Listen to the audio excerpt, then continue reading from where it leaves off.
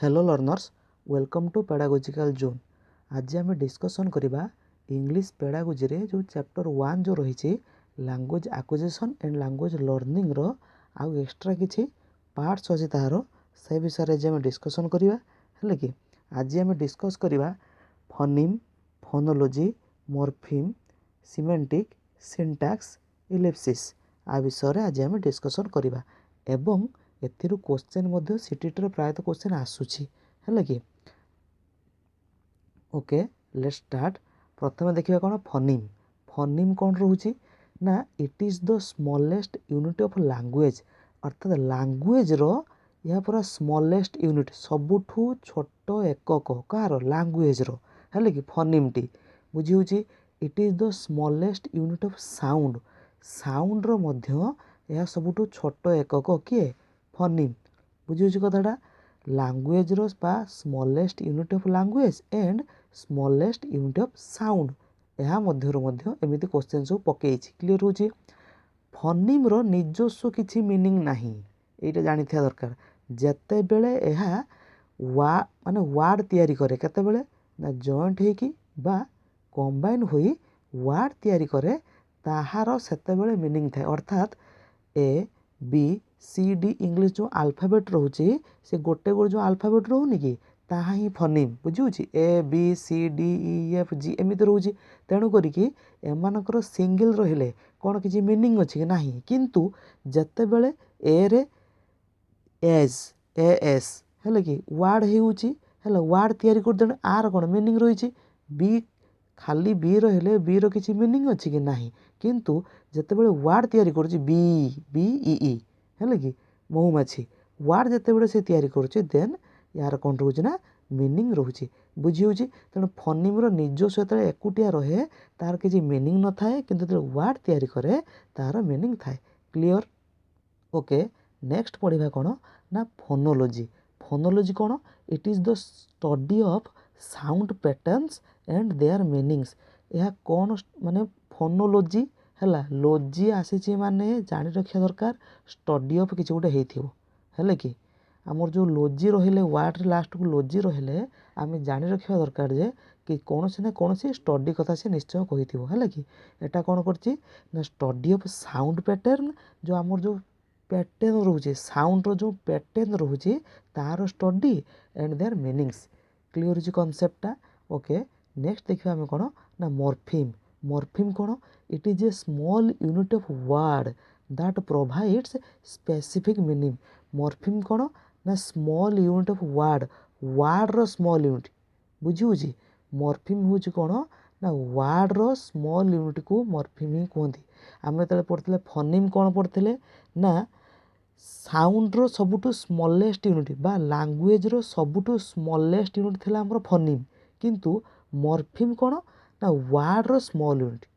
Clear हो कॉन्सेप्टटा ठीक अच्छे। एग्जांपल आम बेटर बुझीपर अच्छे कौन ना बैट, कैट, डग ये लक्ष्य कर जो अच्छी जो बैट है बी ए टी बैट लिखी ये जो बैट बी हूँ गोटे कौन आमर फनिम, ए भी गोटे फनिम, टी भी गोटे फनिम बुझी कथाटा। किंतु जितेबाला से कौन कले वार्ड तैयारी कले तीन टा फनिम अच्छी जितेबाला से वार्ड तैयारी कले निश्चय आर कौन रोचे मीनिंग रोचे बुझी कथाटा। तो ठीक अच्छे। आ द्वितीय कथा जो मॉर्फिम कौन ये जो छोट छोट यूनिट वार्ड रो छोट छोट यूनिट कह जाए। तो मॉर्फिम जो देखा आम कौन रोचे जोड़ाक मुख्यतः छोट छोट वार्ड को ही कह जाए। किपरि a child can start speak small words जितेबाला गोटे छोट पिला वार्ड बा कथा कहवा आरंभ करे कौन से किसी किसी गोटिकिया वार्ड बा दिटिकिया वार्ड एमती छोट छोट वार्ड कही न था कि बैट, कैट, डग एमती से कौन छोट छोट वार्ड सब कही थाए है ताही मॉर्फिम अंडर को जाउची। नेक्स्ट डिस्कशन करिया कौन ना सिमेंटिक। सिमेंटिक कौन ना when all the words in a sentence having meaning, अर्थात जेते बेले गोटे सेंटेंस रे जो वार्ड गुड़िक रोचे ताहार किसी मीनिंग दर्शेब। अर्थात एग्जांपल आम बेटर बुझीपर जो अच्छी कौन ना हरी इज ए गुड बॉय। तेणु यही जो सेंटेंस रे वार्ड केते रोचे ना हरी गोटे वार्ड, इज गोटे वर्ड, ए गोटे एठी गुड बॉय एमती सब कौन हो वर्ड रोचे है कि। तेणु यही जो वार्ड रोचे हरी कौन हो निजस्व मीनिंग रही, इज रो निजस्व मीनिंग रही बुझी। तेणु जो बा गोटे वाक्य जो वार्ड गुड़ाक रोचे तार निजस्व मीनिंग रहिले ताको सिमांटिक बोली कहबा। आउ गोटे एग्जांपल बुझी परिबा, Reena goes to school, Reena school जाए, तेणु रीना गोटे वार्ड, गोज वार्ड, टू गोटे वर्ड, स्कूल मध्य गोटे वर्ड, तेणु करिकी रीनार निजस्व मीनिंग रोचे जेकोसी जड़े नाम को बुझाऊँगी, गोज्र निजस्व मीनिंग अच्छी, टूर मीनिंग अच्छी, स्कूल मीनिंग अच्छी, बुझी। तेणु जो गोटे सेंटेंस रे जो वार्ड गुड़िक रोचे से निजस्व मीनिंग थिले ता कौन कहुए ना सिमांटिक कहुए। ये मुझे कही रखुच्छी जदि क्लासेस गुड़िक भल लगुव देन चैनल को सब्सक्राइब करूँ, नोटिफिकेशन बेल को क्लिक करूँ और वीडियो लेक्चर गुड़ा को शेयर करूँ। ओके, नेक्स्ट टाइम पढ़ा कौन ना सिंटैक्स विषय। सिंटैक्स कौन रोचे मन रखि एगुड़ा सब आमर की पॉइंट्स क्लीयर होची। तो डिटेल्स तो कह जाए ना, बट एगुड़ा सब की पॉइंट जोटा आम एग्जाम बुझे बुझे तेणु ताको हम जब नोट्स करदे ठीक अच्छे। तो प्रथम देख सिंटैक्स कौन ना structure of the sentence. Syntax कौन ना आम जो सेंटेंस रो स्ट्रक्चर को ही बुझे थाए बा स्टडी ऑफ रूल्स, तो रूल्स गुड़ाक बुझे थाए तार स्ट्रक्चर। जो सेंटेंस जो स्ट्रक्चर रोचे कौन स्ट्रक्चर रोचे ना आमे जो वाक्य लेख बा वाक्य जो इंग्लीश रे सेंटेंस फॉर्म करती किपरि करती, प्रथम आसे सब्जेक्ट आसीबो, तापर भर्ब आसीबो, तापर ऑब्जेक्ट आसीबो, आम एपरि करती। तेणु जो सब्जेक्ट भर्ब ऑब्जेक्ट कौन कि तार रूल ना नियम आमर अच्छे बुझी। आटा कौन वार्डर स्ट्रक्चर वार्डर स्ट्रक्चर किपरि हुए सब्जेक्ट भर्ब ऑब्जेक्ट एमती है आसेनि कि।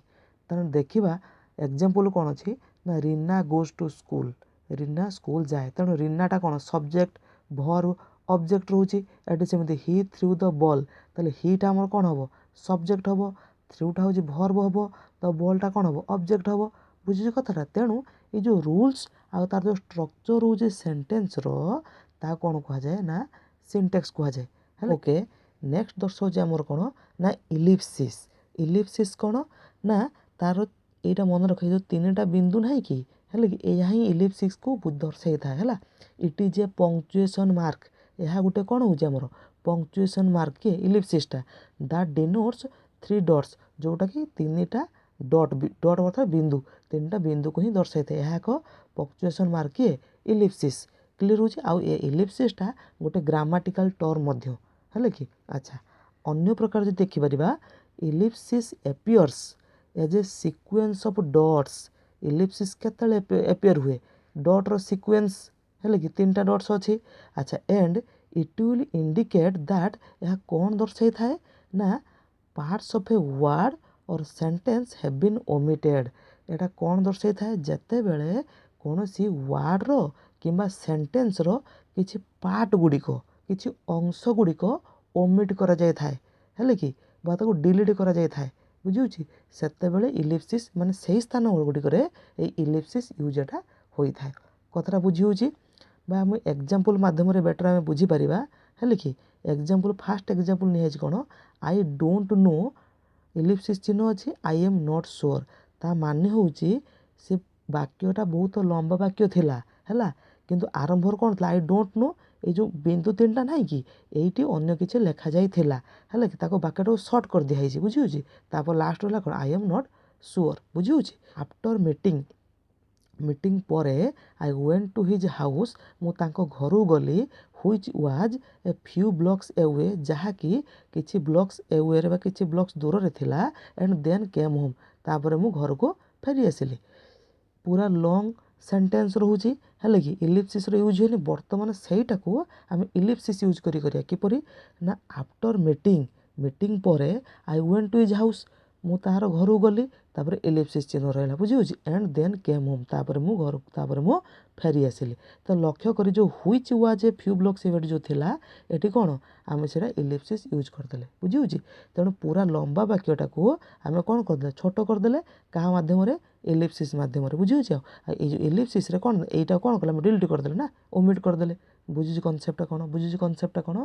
तेणु यार ओभरऑल कनसेप्ट होची एतिकी है। जदि आप डाउट थी देन कमेंट सेक्शन में लिखिपारे। Okay, take care.